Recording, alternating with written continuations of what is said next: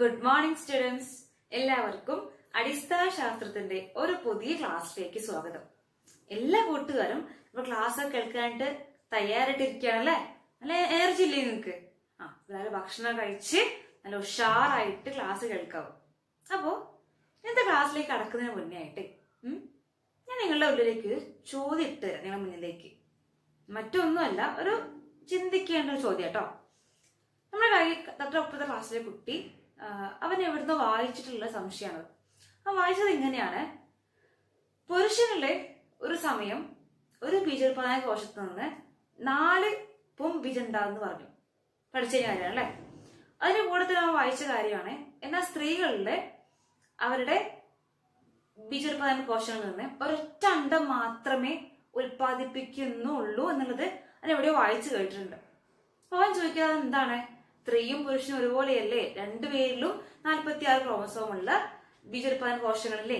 എന്നിട്ടും എന്തുകൊണ്ടായിരിക്കും പുരുഷനിലെ ഒരു സമയത്ത് ഒരു ബീജോത്പാദന കോശത്തിൽ നിന്ന് 4 പുംബീജം ഉണ്ടാവുന്നതും അതേസമയം സ്ത്രീകളില് ഒരു ബീജോത്പാദന കോശത്തിന് ഒരൊറ്റ അണ്ഡം മാത്രമേ ഉണ്ടാവുന്നുള്ളൂ എന്നുള്ളത് അത് എന്തുകൊണ്ടായിരിക്കും ഞാൻ ചോദിച്ചു എന്റെ അടുത്ത്. ഞങ്ങൾക്ക് ആർക്കെങ്കിലും അറിയോ? രണ്ടുപേരും നടക്കുന്നത് എന്തുതന്നെയാണ്? 2 ബീജോത്പാദന കോശങ്ങൾ നടക്കുന്നത് ഊനഭംഗമാണല്ലേ? അപ്പൊ എന്തായിരിക്കും ഊനഭംഗം സ്ത്രീകളിലും പുരുഷനിലും വ്യത്യസ്തമായുള്ള കാരണം എന്തായിരിക്കും? നമുക്കൊന്ന് നോക്കണ്ടേ? അറിയണല്ലേ? നമുക്ക് എന്ത് ചെയ്യാം?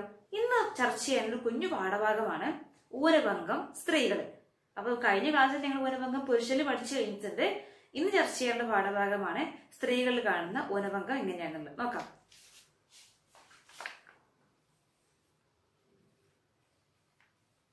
ഊനഭംഗം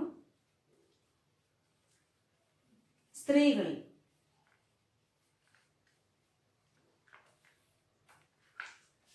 സ്ത്രീകളിൽ കാണുന്ന ഊനഭംഗത്തിന്റെ രീതി, ഘട്ടങ്ങൾ മനസ്സിലാക്കാനായിട്ട് ടീച്ചർ അന്ന് ചെയ്ത പോലെ തന്നെ ഇന്നും എന്ത് ചെയ്യാം?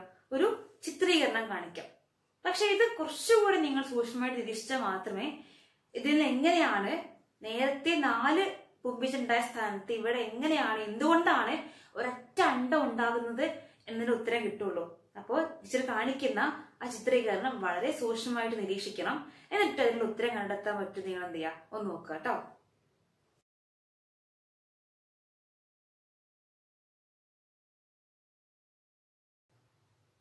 സ്ത്രീകളിൽ കാണുന്ന ഊനഭംഗത്തിന്റെ ചിത്രീകരണം കണ്ടല്ലോ നിങ്ങളെ. നേരത്തെ പരിചയപ്പെട്ട പോലെ തന്നെ ഒരുപാട് വാക്കുകൾ നിങ്ങൾക്ക് ഇതിലും കാണാൻ സാധിച്ചു അല്ലെ? എന്നാല് നേരത്തെ കാണാത്ത ചില വാക്കുകളും ചില ആശയങ്ങളും നമുക്ക് എന്തിൽ കാണാൻ സാധിക്കുന്നുണ്ട്? സ്ത്രീകളിൽ കാണുന്ന ഊനഭംഗത്തിൽ കാണാൻ സാധിക്കുന്നുണ്ട്. നമുക്ക് എന്ത് ചെയ്യാം? ഈ ബോർഡിന്റെ സഹായത്തോട് കൂടിയിട്ട് എങ്ങനെയാണ് സ്ത്രീകളിലെ ഊനഭംഗം നടക്കുന്നത് നോക്കാം. അതിനായിട്ട് നിങ്ങൾ എന്ത് ചെയ്യണം? ഞാനുള്ള ഓരോ കാര്യങ്ങളും പറയുമ്പോഴും നിങ്ങൾ എനിക്ക് അവിടെ നിന്ന് നിങ്ങളുടെ പ്രതികരണം അറിയിക്കണം. ശരി, ആദ്യമായിട്ട് സ്ത്രീകളിലെ എത്ര ക്രോമസോം ഉണ്ടായിരിക്കും? അതെ, 46 ക്രോമസോം അല്ലെ? അപ്പൊ സ്ത്രീകളിൽ കാണുന്ന ബീജോത്പാദന കോശം, അതായത് അണ്ടാശയത്തിൽ കാണുന്ന ബീജോത്പാദന കോശങ്ങളിലും എത്ര ക്രോമസോം ഇതുണ്ടായിരിക്കും? അതെ, 46 ക്രോമസോം ആയിരിക്കും അല്ലെ? അപ്പൊ സ്ത്രീകളിൽ കാണുന്ന ബീജോത്പാദന കോശങ്ങളിൽ കാണുന്ന 46 ക്രോമസോം. ഇതിന് എന്ത് പറയാം? അണ്ഡം ഉൽപ്പാദിപ്പിക്കേണ്ട ബീജോത്പാദന കോശമാണെന്ന് പറയാം അല്ലെ? ബീജോത്പാദന കോശം.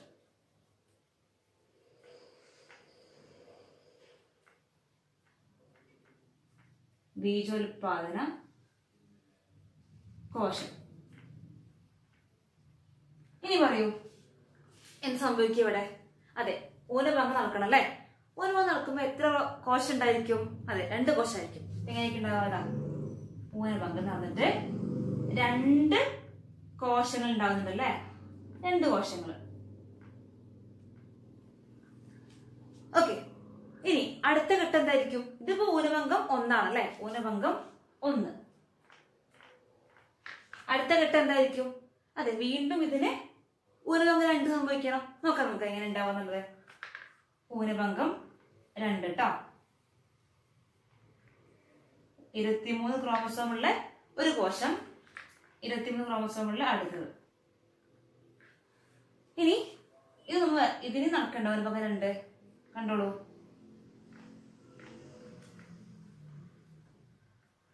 മൊത്തത്തിൽ 4 കോശങ്ങൾ ഉണ്ടായല്ലേ?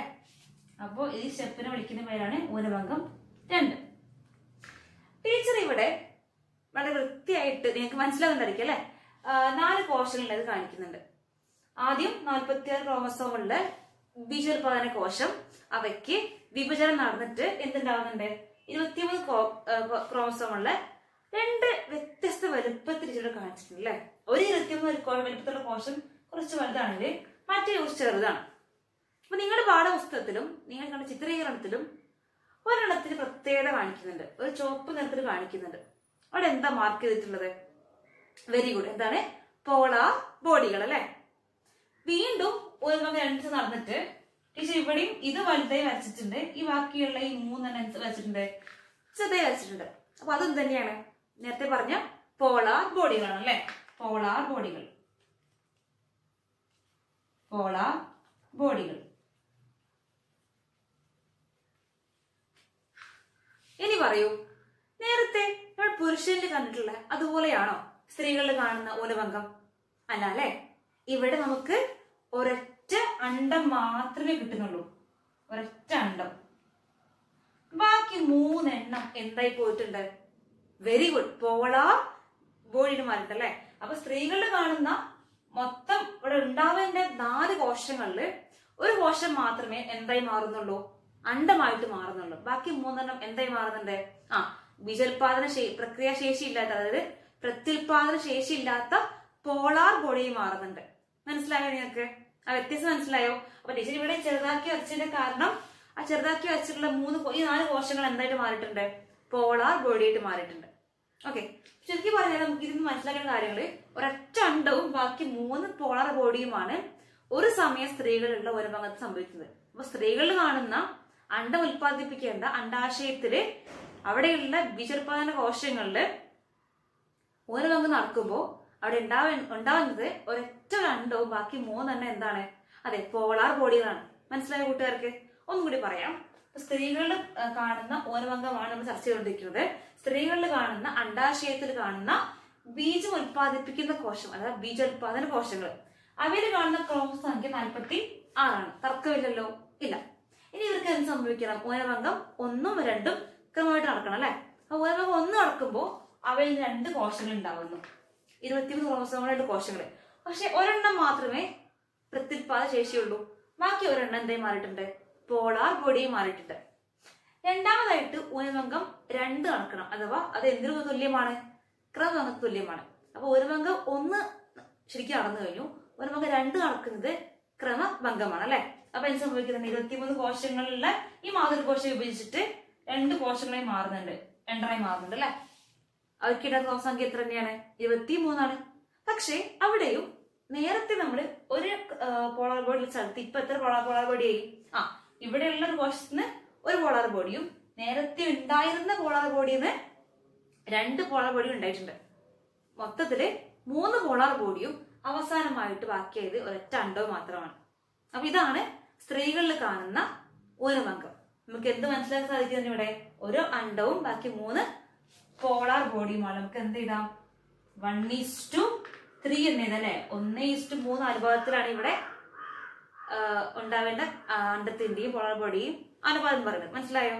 അപ്പൊ ഇവിടെ ശ്രദ്ധിക്കേണ്ട വാക്കുകള്, 1 പോളാർ ബോഡികളാണ്, 2 ഈ സ്റ്റെപ്പ് വരയ്ക്കുമ്പോൾ നിങ്ങൾ എന്ത് ചെയ്യണം? ശ്രദ്ധിച്ച് ഈ 3-4 എണ്ണത്തിന് ഒരു നിറത്തിലൊക്കെ അവതരിപ്പിച്ചു കഴിഞ്ഞാൽ കൂടുതൽ ഭംഗി ഉണ്ടാവും. ഓക്കെ, ഇതാണെന്ത് സ്ത്രീകളിലെ ഊനഭംഗം. മനസ്സിലായല്ലോ?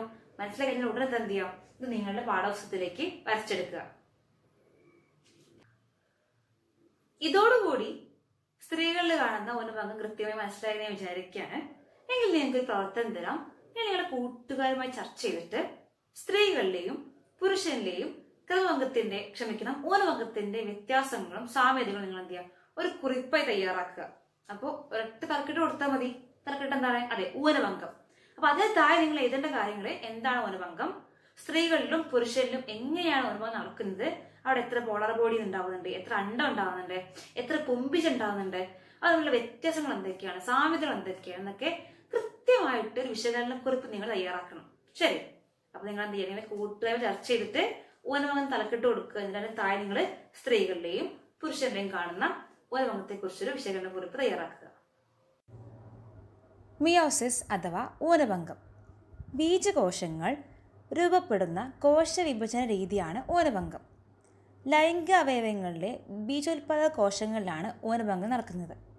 46 ക്രോമസോമുള്ള മനുഷ്യൻ്റെ ബീജോത്പാദന കോശം തുടർച്ചയായി 2 തവണ വിഭജിക്കുന്നു. ഊനഭംഗത്തിലെ ഈ വിഭജനങ്ങൾ യഥാക്രമം ഊനഭംഗം 1, ഊനഭംഗം 2 എന്നറിയപ്പെടുന്നു. ഊനഭംഗം 1-ൽ ക്രോമസോം സംഖ്യ പകുതിയാകുന്നു. തൽഫലമായി 23 ക്രോമസോമുകൾ വീതമുള്ള 2 പുത്രിക കോശങ്ങൾ ഉണ്ടാകുന്നു. ഊനഭംഗം 2-ൽ ഓരോ പുത്രിക കോശവും വീണ്ടും വിഭജിക്കുന്നു. ഊനഭംഗം 2 ക്രമഭംഗത്തിന് സമാനമാണ്. ഈ വിഭജനത്തിൽ ക്രോമസോം സംഖ്യയ്ക്ക് വ്യത്യാസം ഉണ്ടാകുന്നില്ല. പുരുഷനിൽ ഊനഭംഗത്തിൻ്റെ ഫലമായി ഒരു ബീജോത്പാദന കോശത്തിൽ നിന്നും 23 ക്രോമസോമുകളുള്ള 4 പുംബീജങ്ങൾ ഉണ്ടാകുന്നു. എന്നാൽ സ്ത്രീകളിൽ ഒരു ബീജോത്പാദന കോശത്തിൽ നിന്നും ഒരു അണ്ഡം മാത്രമേ ഉൽപ്പാദിപ്പിക്കുന്നുള്ളൂ. ബാക്കി 3 പോളാർ ബോഡികളായി മാറുന്നു. ഇതാണ് ഊനഭംഗവും അതുപോലെ തന്നെ ഊനഭംഗം സ്ത്രീകളിലും പുരുഷനും തമ്മിലുള്ള വ്യത്യാസവും കാണിക്കുന്ന കുറിപ്പ്. കൂട്ടുകാരെല്ലാവരും ഈ കുറിപ്പിൽ വായിച്ച ഓരോ കാര്യങ്ങളും നിങ്ങളുടെ സയൻസ് സ്റ്റൈൽ നിങ്ങൾ എഴുതിയ വിശകലന കുറിപ്പിലുണ്ടോ എന്ന് ഉറപ്പുവരുത്തുക. എന്തെങ്കിലും കൂട്ടാനോ ചേർക്കാനോ ഒക്കെ ഉണ്ടെങ്കിൽ നിങ്ങളത് കൂട്ടിയിട്ട് നിങ്ങളുടെ വിശകലന കുറിപ്പ് പൂർത്തിയാക്കണം. കൂട്ടുകാരെ, നമ്മൾ ഈ ഒരു പാഠത്തിൽ ചർച്ച ചെയ്ത കാര്യങ്ങൾ എന്തൊക്കെയായിരുന്നു? അതെ, വളർച്ചയ്ക്കും പ്രത്യുൽപാദനത്തിന് സഹായിക്കുന്ന 2 തരം വിഭജന രീതികളെ കുറിച്ചിട്ടായിരുന്നു. എന്തൊക്കെയായിരുന്നു? അതെ, ക്രമഭംഗം അതുപോലെ തന്നെ ഊനഭംഗം. ക്രമഭംഗത്തിന്റെ ഘട്ടങ്ങളൊക്കെ മനസ്സിലാക്കിയിട്ടുണ്ട് അല്ലെ? എന്തൊക്കെയായിരുന്നു? കാരിയോകൈനസിസ് അതുപോലെ തന്നെ സൈറ്റോകൈനസിസ്. രണ്ടാമത്തെ ഒരു വിഭജന രീതിയാണ് മിയോസിസ് അഥവാ ഊനഭംഗം. അത് നടക്കുന്നത് ബീജോത്പാദന കോശങ്ങളാണ്. എന്നാൽ ക്രമഭംഗം അഥവാ മൈറ്റോസിസ് നടക്കുന്നത് വളർച്ചാ കോശങ്ങളിലാണ്. ഇതൊക്കെ നിങ്ങൾ മനസ്സിലാക്കി അല്ലെ? ഇനി ഊനഭംഗത്തെ ഒന്നുകൂടി വിശദീകരിക്കുകയെന്നുണ്ടെങ്കിൽ സ്ത്രീകളിലും പുരുഷനിലും വ്യത്യസ്ത തരത്തിൽ നടക്കുന്ന മിയോസിനെ കുറിച്ച് മനസ്സിലാക്കി. ഇനി നിങ്ങൾക്ക് പ്രവർത്തനം തരാം. നിങ്ങൾ അടുത്ത ക്ലാസ്സിൽ വരുമ്പോൾ ഊനഭംഗത്തിനെ കുറിച്ചും ക്രമത്തെ കുറിച്ചും നന്നായി പഠിച്ച ശേഷം അവ തമ്മിലുള്ള വ്യത്യാസം നിങ്ങളൊരു പട്ടിക തയ്യാറാക്കണം. അപ്പോൾ കൃത്യമായിട്ട് വിശദീകരിച്ച് വിശകലനം ചെയ്ത് ഊനഭംഗത്തിന്റെയും ക്രമഭംഗത്തിന്റെയും വ്യത്യാസം തയ്യാറാക്കണം. അപ്പൊ ഒരുപാട് വ്യത്യാസങ്ങളുണ്ട്. അപ്പൊ നിങ്ങൾ കൃത്യമായിട്ട് പഠിച്ചു മാത്രമേ അതൊരു ടേബിൾ രൂപത്തിൽ കയറാൻ സാധിക്കുകയുള്ളൂ. അപ്പോൾ ആ 2 വിഭജന രീതികൾ കൃത്യമായിട്ട് മനസ്സിലാക്കിയിട്ട് അവ തമ്മിലൊരു താരതമ്യ കുറിപ്പ് ഞാൻ തയ്യാറാക്കണം. എന്നിട്ട് നിന്റെ ക്ലാസ്സിൽ വലുതാക്കി ഒട്ടിക്കണം. കാരണം ഏറ്റവും പ്രധാനപ്പെട്ട ഒരു ഭാഗമാണ് ക്രമഭംഗം അതുപോലെ തന്നെ ഊനഭംഗം. അപ്പൊ അത് തമ്മിലുള്ള വ്യത്യാസങ്ങൾ നിങ്ങൾ എന്ത് ചെയ്യണം? വലുതാക്കിയിട്ട് ഒരു ചാർട്ടിൽ നിങ്ങൾ തയ്യാറാക്കണം. അത് പട്ടി രൂപത്തിൽ. നിങ്ങൾക്ക് ആദ്യം നിങ്ങൾ ക്ലാസ്സിലേക്ക് വന്നാലും ശ്രദ്ധ ആകർഷിക്കുന്ന രൂപത്തിൽ ചാർട്ടായിരിക്കട്ടെ. അത് നമുക്ക് എന്ത് ചെയ്യാം? നിങ്ങളിതൊക്കെ മനസ്സിലായി ഞാൻ വിചാരിക്കുകയാണ്. ക്രമഭംഗവും ഊനഭംഗവും ക്രമത്തിന്റെ ഘട്ടങ്ങളും കാരിയോകൈനസിസ് അതുപോലെ സൈറ്റോകൈനസിസ് സസ്യങ്ങളിലെ വളർച്ച ഇതൊക്കെ മനസ്സിലാക്കി അല്ലെ? അപ്പോ ഇത്രയും എടുത്ത പാഠഭാഗങ്ങളൊക്കെ കൃത്യം മനസ്സിലായി വിചാരിക്കുകയാണ്. എന്തായാലും എല്ലാവർക്കും എല്ലാ ആശംസകളും നേരുകയാണ്. നമുക്ക് ഇന്നൊരു ക്ലാസ്സിൽ മറ്റൊരു വിഷയമായിട്ട് കാണാം. അതുവരേക്കും നന്ദി, നമസ്കാരം.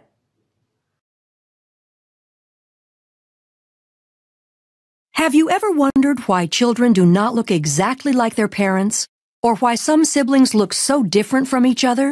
The answer lies in the process of meiosis, which generates the gametes for reproduction. Meiosis is the process by which haploid cells are produced from a diploid cell. For this to occur, the chromosomes must be correctly sorted and distributed in a manner to create genetically unique cells with half the number of chromosomes as the original cell. Meiosis occurs in special cells called germ cells within the gonads of males and females. For the successful reduction in the number of chromosomes to occur in the new haploid daughter cells, 2 rounds of divisions are necessary.